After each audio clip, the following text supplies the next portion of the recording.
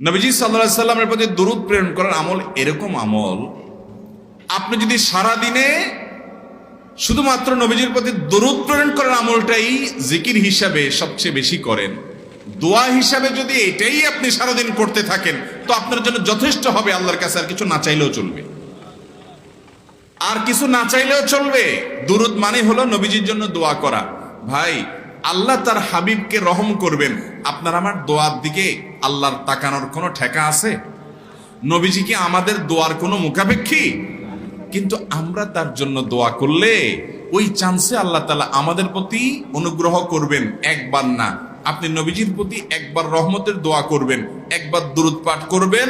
মান সাল্লা আলাইয়া মাররাতান সাল্লাল্লাহু আলাইহি আশারা, নবীজি সাল্লাল্লাহু আলাইহি সাল্লাম বলেছেন, একবার আমার জন্য তোমরা দোয়া করলে, আমার প্রতি দুরূদ পাঠ করলে, আল্লাহ তাআলা তোমাদের জীবনে 10 বার 10 জায়গায় 10 টাইমস তোমাদের উপর আল্লাহ তাআলা অনুগ্রহ করবেন।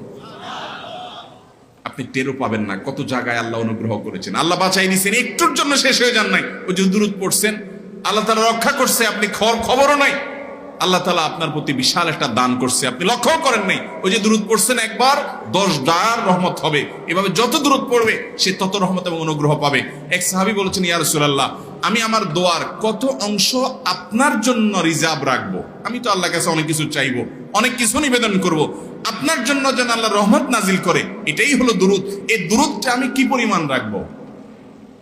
4 ভাগের 1 ভাগ, 3 ভাগের 1 ভাগ, অর্ধেক? এরপরে সাহাবী বলছেন, আসলে যদি সবগুলোই করি, উনি এক একটা পার্সেন্টেজ বলছেন, আর নবী করিম সাল্লাল্লাহু আলাইহি সাল্লাম বলছেন যে, তাকে বোঝাচ্ছেন যে আরো বেশি করতে পারলে ভালো হয়। তো সাহাবী বাড়াইতে, আমার দোয়া যদি সবগুলো আপনার জন্য করি, আমি যদি আর কোনো দোয়া না করি, শুধু আপনার জন্যই দোয়া করি, নবী করিম সাল্লাল্লাহু আলাইহি সাল্লাম তাকে সুসংবাদ দিলেন যে তাহলে তোমার আর কোনো সমস্যা থাকবে না, সব সমস্যা দূর হয়ে যাবে, তোমার কোনো পেরেশানি থাকবে না।